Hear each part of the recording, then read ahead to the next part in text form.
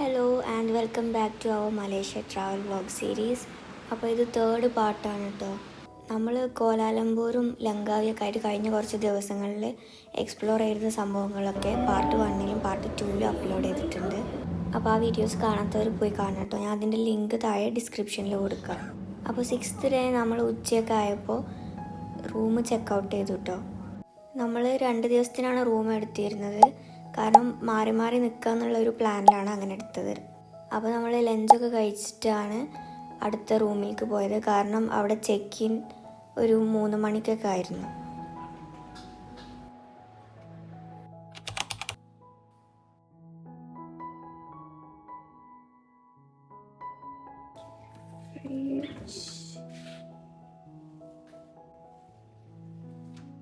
Oven,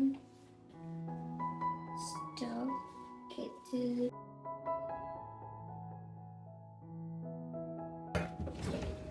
Wow. Okay, the sitting area, food കഴിക്കാൻ.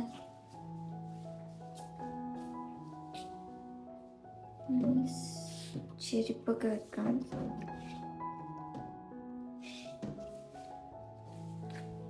Cupboard.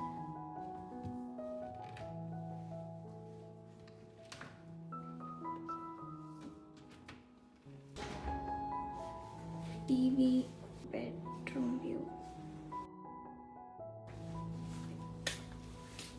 window.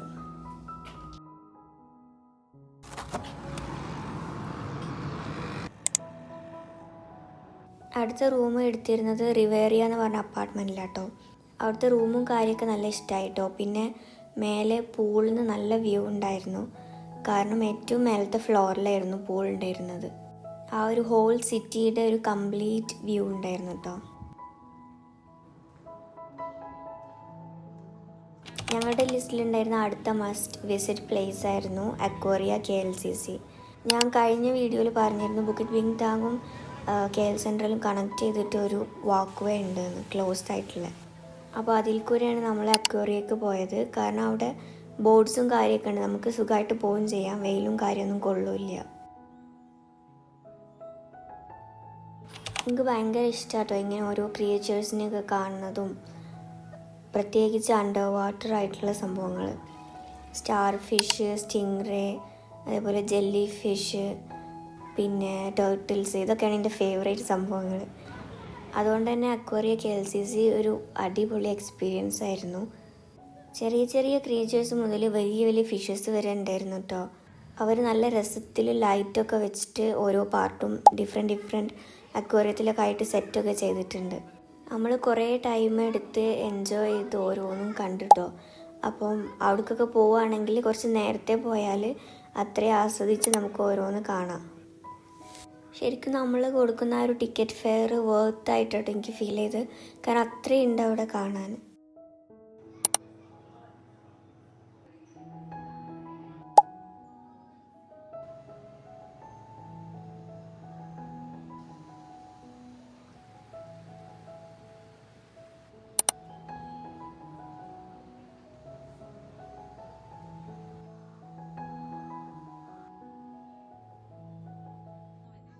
പിന്നെ അവിടുത്തെ മെയിൻ അട്രാക്ഷന് അവരുടെ ആ ഒരു വലിയ ടണലാട്ടോ.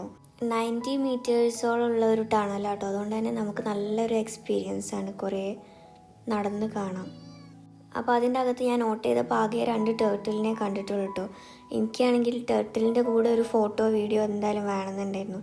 അതുകൊണ്ട് നമ്മൾ ടണലിൻ്റെ അകത്തും കുറേ ടൈം സ്പെൻഡ് ചെയ്ത് കുറേ ഷൂട്ടൊക്കെ ചെയ്തിരുന്നു. അത്യാവശ്യം നല്ല സൈസുള്ള ടേർട്ടിൽസ് ആയിരുന്നു. അതേപോലെ തന്നെ ഡിഫറെൻറ്റ് കൈൻഡ്സ് ഓഫ് സ്റ്റിംഗ് റേസും ഷാർക്സും ഒക്കെ ഉണ്ടായിരുന്നു കേട്ടോ. പ്രത്യേകിച്ച് പാറ്റേൺസൊക്കെ ഉള്ള സ്റ്റിംഗ് റേസ് ഒക്കെ ഉണ്ടായിരുന്നു. അതൊക്കെ എനിക്ക് ഭയങ്കര ഇൻട്രസ്റ്റിംഗ് ആയിട്ടുള്ള സംഭവം. നമ്മൾ പെയിൻറ്റിങ്സിൽ മാത്രം എക്സ്പ്ലോർ ചെയ്യുന്ന കാര്യം നേരിട്ട് കണ്ടപ്പോൾ ഒരു നല്ല ഫീലായിരുന്നു. പിന്നെ എൻ്റെ next favourite thing jelly fishes ഉണ്ടായിരുന്നു, അതുപോലെ തന്നെ സീ ഹോഴ്സും. അപ്പം നല്ല രസത്തിൽ ലൈറ്റൊക്കെ വെച്ചിട്ട് സെറ്റ് ചെയ്തിട്ടുണ്ടായിരുന്നു. അതിൻ്റെ പുറമെ ഇൻസെക്ട്സിൻ്റെ ഒക്കെ ഒരു സെക്ഷൻ ഉണ്ടായിരുന്നു.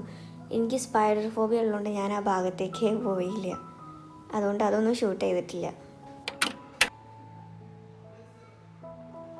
അക്വേറിയിൽ നിന്ന് നമ്മൾ ഇറങ്ങിയപ്പോഴേക്ക് രാത്രിയായിരുന്നു കേട്ടോ. അപ്പോൾ അവിടുന്ന് നേരെ ബുക്കിറ്റ് വിങ് ടാങ്ങിൽ പോയി ഫുഡ് കഴിക്കാനുള്ള പ്ലാനിലാട്ടോ അങ്ങോട്ട് പോയത്. അവിടുന്ന് രാത്രി ഡിന്നർ കഴിച്ചു. പിന്നെ കുറച്ച് എക്സ്പ്ലോർ ചെയ്തിട്ട് നമ്മൾ പിന്നെ നേരെ റൂമിലേക്ക് പോയി.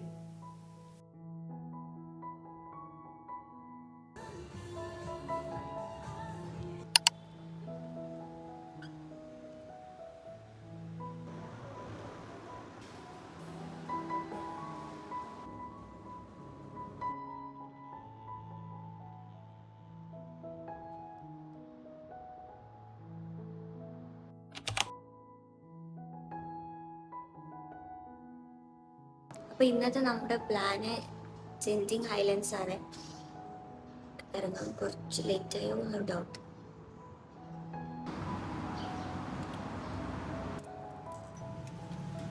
അപ്പോൾ ഈ ടച്ച് ആൻഡ് ഗോ കാർഡ് ഉണ്ടെങ്കിൽ കുറച്ചുകൂടി സിമ്പിളായിട്ട് പോകാനാണ്. അപ്പോൾ എൻ്റെ അടുത്തൊരു കാർഡ് ഉണ്ടായിരുന്നു.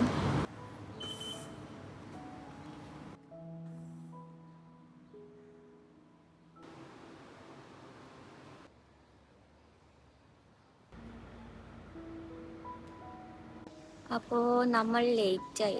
ആക്ച്വലി ഇനി ബസ്സുള്ളത് 11:30ക്കാണ്. പിന്നെ അവിടുന്ന് ഒരു 1 or 2 hours ഉണ്ട് അവാനേക്ക്. അപ്പോൾ അത് കഴിഞ്ഞ് പിന്നെ നമ്മളവിടെ എത്തുമ്പോഴേക്കും ഉച്ചയാവും.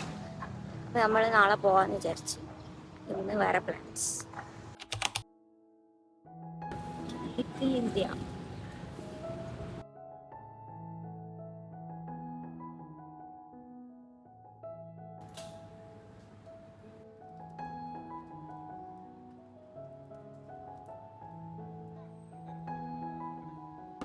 നമ്മൾ പെറ്റാലിൻ സ്ട്രീറ്റിൻ്റെ അടുത്ത് വേറൊരു സ്ട്രീറ്റ് ഉണ്ട് കണ്ട് നമ്മൾ മിസ്സാക്കിയ.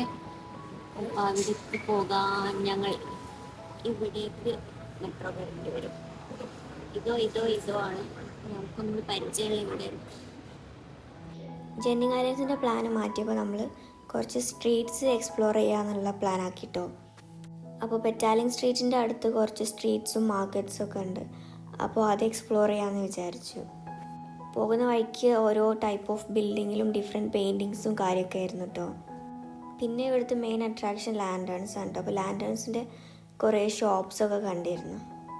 അപ്പോൾ പെറ്റാലിംഗ് സ്ട്രീറ്റിൻ്റെ അകത്ത് കൂടിയാണ് നമുക്ക് പോകാനുള്ള മാപ്പ് കാണിച്ചിരുന്നത്. അപ്പോൾ നമ്മൾ ഏതായാലും അവിടെ കയറിയ സ്ഥിതിക്ക് എഗെയിൻ കുറച്ച് ഷോപ്സും കാര്യമൊക്കെ എക്സ്പ്ലോർ ചെയ്തു.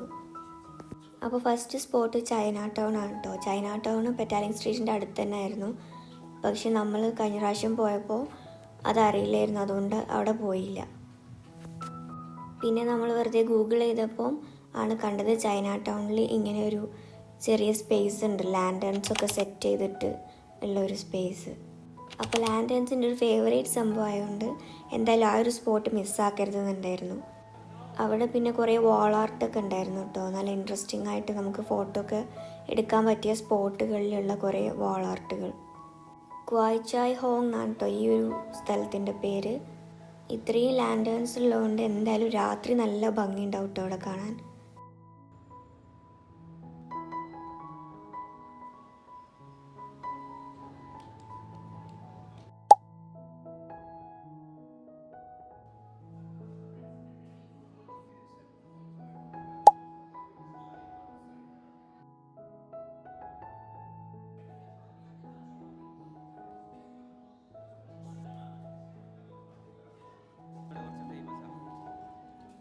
അടുത്തതുണ്ടായിരുന്നത് സെൻട്രൽ മാർക്കറ്റാണ്. അവിടുന്ന് കുറച്ച് നടക്കാനുള്ളായിരുന്നു കേട്ടോ. ഇത് ഒരു ഇൻഡോർ മാർക്കറ്റാട്ടോ, അതുകൊണ്ട് തന്നെ നമുക്ക് വെയിലൊന്നും അത്ര പ്രശ്നമില്ല. നല്ല സുഖമായിട്ട് ഓരോ ഷോപ്പും കയറി ഇറങ്ങി കാണാം. അവിടെ നമ്മൾ ഫസ്റ്റ് കയറിയ ഒരു ഷോപ്പാട്ടോ ഇത്. നമ്മൾ ശരിക്കും ഒരു സുവനിയർ വാങ്ങിക്കാനാണ് അവിടെ പോയത്. ബട്ട് അവിടെ പോസ്റ്റ് കാർഡ്സൊക്കെ കണ്ടപ്പോൾ കുറേ ടൈം അവിടെ സ്പെൻഡ് ചെയ്തിരുന്നു.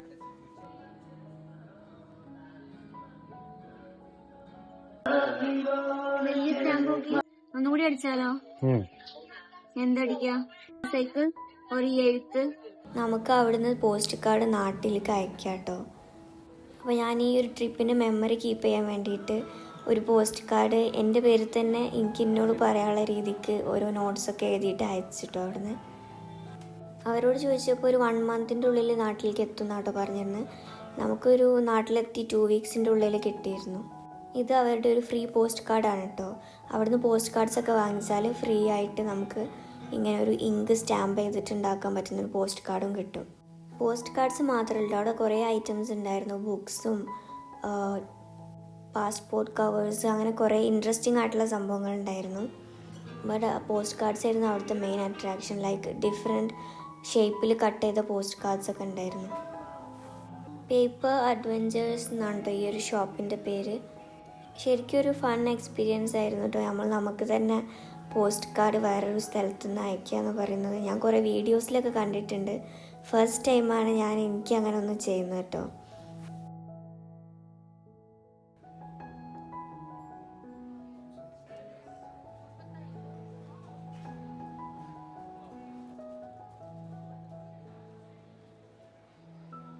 പിന്നെ സെൻട്രൽ മാർക്കറ്റിൽ കുറേ ആർട്ട് ആൻഡ് ക്രാഫ്റ്റ് ഷോപ്സ് ഉണ്ട് കേട്ടോ. അവിടെ ഒരു പെയിൻറ്റിങ് ഷോപ്പ് കണ്ടപ്പോൾ നമ്മൾ അവിടെ കയറി നോക്കിട്ടോ. അപ്പോൾ അവർ സെല്ല് ചെയ്യുന്നതും അതിൻ്റെയൊക്കെ ഡീറ്റെയിൽസും കാര്യമൊക്കെ ചോദിച്ചു. ഞാനൊരു ആർട്ടിസ്റ്റ് ആയതുകൊണ്ട് തന്നെ നമുക്ക് അവിടെ സെല്ല് ചെയ്യാൻ പറ്റുമോ അങ്ങനെ കുറേ ഡീറ്റെയിൽസൊക്കെ അവർ പറഞ്ഞു തന്നിരുന്നു. പിന്നെ അതിൻ്റെ തൊട്ടടുത്ത് തന്നെ വേറൊരു ഷോപ്പ് ഉണ്ടായിരുന്നു കേട്ടോ. അവിടെ നമുക്കിരുന്ന് പെയിൻറ്റ് ചെയ്യാം. അവർ ഓൾറെഡി പ്രിൻറ്റഡ് ആയിട്ടുള്ള ക്യാൻവാസ് സെയിൽ ചെയ്യുന്നുണ്ട്, പെയിൻറ്റും. അപ്പോൾ നമുക്ക് അതിൽ നിന്ന് ഇഷ്ടമുള്ളൊരു പാറ്റേൺ ചൂസ് ചെയ്തിട്ട് നമുക്ക് അവിടെ ഇരുന്ന് പെയിൻറ്റ് ചെയ്യാൻ പറ്റും. അപ്പോൾ വരക്കാൻ അറിയില്ലെങ്കിൽ നമുക്ക് കളറിംഗ് ഒക്കെ ഇഷ്ടമാണെങ്കിൽ നമുക്ക് അവിടെ ഇരുന്ന് ചെയ്യാം. പിന്നെ കുറേ ക്യാരിക്കേച്ചേഴ്സൊക്കെ ചെയ്യുന്ന ആർട്ടിസ്റ്റുകളുടെ സ്റ്റാളുകൾ ഉണ്ടായിരുന്നു. അപ്പോൾ അതിലൊരു ആർട്ടിസ്റ്റിൻ്റെ ക്യാരിക്കേച്ചർ സ്റ്റൈൽ ഞങ്ങൾക്ക് ഭയങ്കര ഇഷ്ടമായിട്ടോ. അപ്പോൾ നമ്മുടെ ഒരു ക്യാരിക്കേച്ചർ ചെയ്യാൻ വേണ്ടിയിട്ട് ഓർഡർ കൊടുത്തിട്ട് നമ്മൾ പോയി. അവർ പറഞ്ഞത് നമ്മൾ ഒരു 3:30 ഒക്കെ ആകുമ്പോൾ എത്തിയാൽ നമുക്ക് വരക്കുന്നത് കാണാൻ പറ്റുമെന്ന് പറഞ്ഞിട്ടോ. അപ്പോൾ നമ്മൾ അവിടെയുള്ള ബാക്കി ഷോപ്സും കാര്യമൊക്കെ കണ്ടിട്ട് തിരിച്ച് വരാമെന്ന് പ്ലാൻ ചെയ്ത്. ഈ ഒരു ഷോപ്പ് ബാഗ്സും കാര്യമൊക്കെ കസ്റ്റമൈസ് ചെയ്ത് തരുന്ന ഒരു ഷോപ്പാട്ടോ. അവരിതുപോലെ നമുക്ക് ഇഷ്ടമുള്ള പാച്ചസ് ബാഗ്സിലൊക്കെ വെച്ച് തരും. പിന്നെ നേരത്തെ പെയിൻറ്റിങ് ഷോപ്പ് പറഞ്ഞ പോലെ ഇങ്ങനെ എംബ്രോയ്ഡറി ഒക്കെ പ്രിൻ്റ് ചെയ്തിട്ടുള്ള ഹൂപ്പൊക്കെ വിൽക്കുന്ന ഷോപ്പുകളൊക്കെ കണ്ടിരുന്നു.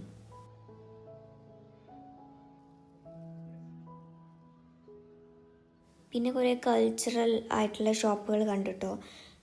മൊറോക്കൻ ഓർ തുർക്കി ടൈപ്പ് ഐറ്റംസൊക്കെ വിൽക്കുന്ന ഒരു ഷോപ്പ് ഉണ്ടായിരുന്നു. പിന്നെ ഇതുപോലെ ചൈനീസ് ഐറ്റംസൊക്കെ വിൽക്കുന്ന ഷോപ്പ്.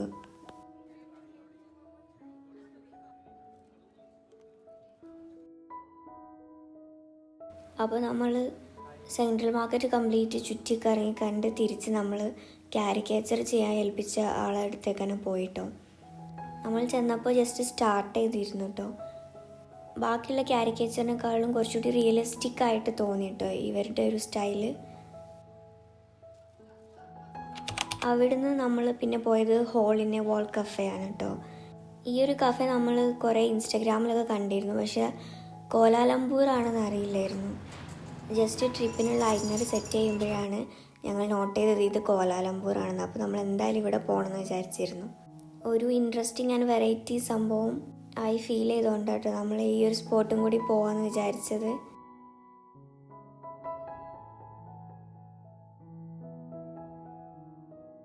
അവരുടെ മെനു അവർ പുറത്ത് കാർഡ്സായിട്ട് ഹാങ് ചെയ്ത് വെച്ചിട്ടുണ്ടായിരുന്നു. നമുക്ക് വേണ്ട ഐറ്റംസ് നമ്മൾ ആ ഹോളിൽ കൂടെ വേണം കേട്ടോ ഓർഡർ ചെയ്യാൻ. അവിടുന്ന് നേരെ റൂമിൽ പോയി ഫ്രഷൊക്കെ ആയിട്ടാണ് നമ്മൾ പിന്നെ രാത്രിയാണ് പുറത്തിറങ്ങിയത്.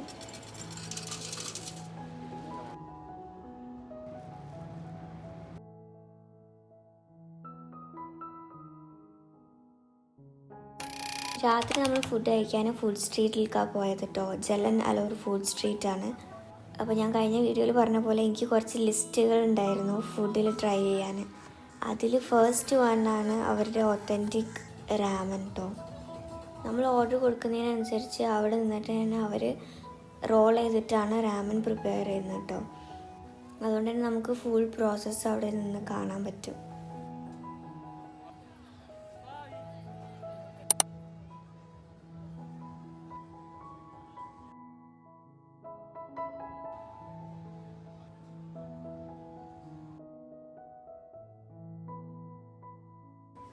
നെക്സ്റ്റ് ട്രൈ ചെയ്യാണ്ടായിരുന്നത് ഓയിസ്റ്ററാണ് കേട്ടോ.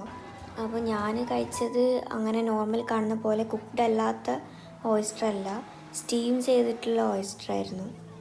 ഒരു പ്ലെയിൻ ഫ്ലേവറായിട്ടാണ് എനിക്ക് ഫീൽ ചെയ്തത്. ബട്ട് സ്റ്റിൽ എനിക്ക് ഇഷ്ടമായി. പിന്നെ നമ്മൾ ഈ വീഡിയോസിലൊക്കെ കാണുന്ന ജാപ്പനീസ് സോഫൽ പാൻ കേക്ക് കേട്ടോ, നല്ല സോഫ്റ്റ് പാൻ കേക്കിൽ മാംഗോ പീസസും മാംഗോൻ്റെ സോസൊക്കെ വെച്ചിട്ടാണ് അവർ ചെയ്തത്. അപ്പോൾ അന്ന് ക്യാൻസലായ ജെൻഡിങ് ഐലൻഡ്സ് നമ്മൾ നെക്സ്റ്റ് ഡേ ആണ് കേട്ടോ പോയത്. അപ്പോൾ അതിൻ്റെ വീഡിയോസായിട്ട് നെക്സ്റ്റ് വീഡിയോയിൽ വരും. അപ്പോൾ സബ്സ്ക്രൈബ് ചെയ്യാത്തവർ സബ്സ്ക്രൈബ് ചെയ്യുക, ബെല്ലൈക്കൺ ക്ലിക്ക് ചെയ്യുക. ഈ വീഡിയോ ഇഷ്ടമായെങ്കിൽ just like, comment and share. Thank you so much for watching and see you in the next video.